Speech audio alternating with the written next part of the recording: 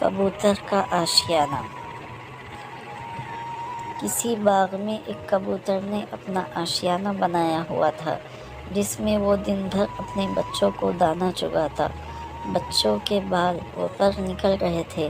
ایک دن کبوتر دانہ چوش میں دبائے باہر سے آیا تو سارے بچوں نے انہیں تشویش سے بتایا کہ اب ہمارے آشیانے کی بربادی کا وقت آ گیا ہے۔ آج باغ کا مالک اپنے بیٹے سے کہہ رہا تھا، پھل توڑنے کا زمانہ آ گیا ہے۔ کل میں اپنے دوستوں کو ساتھ لاؤں گا اور ان سے پھل توڑنے کا کام لوں گا۔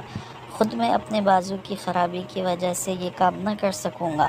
کبوتر نے اپنے بچوں کو تسلی دیتے ہوئے کہا، باغ کا مالک کل اپنے دوستوں کے ساتھ نہیں آئے گا، فکر کرنے کی کوئی بات نہیں۔ اور حقیقتاً ایسا ہی ہوا۔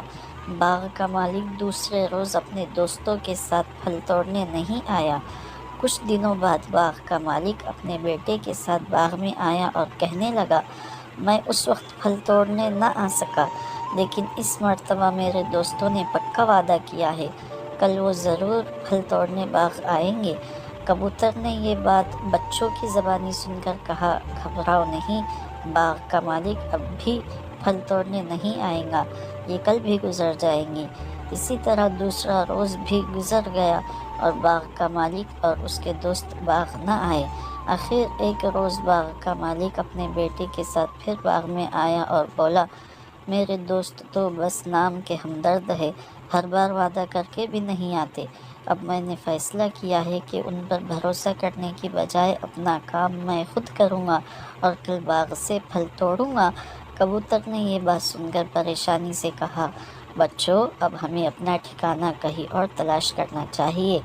باغ کا مالک کل یہاں ضرور آئے گا، کیونکہ اس نے دوسرے پر بھروسہ کرنا چھوڑ دیا ہے۔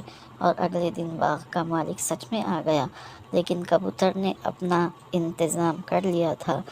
اس سے پتہ چلا کہ دوسروں پر بھروسہ ہمیشہ نقصان کا باعث بنتا ہے، اپنا کام خود کرنا چاہیے۔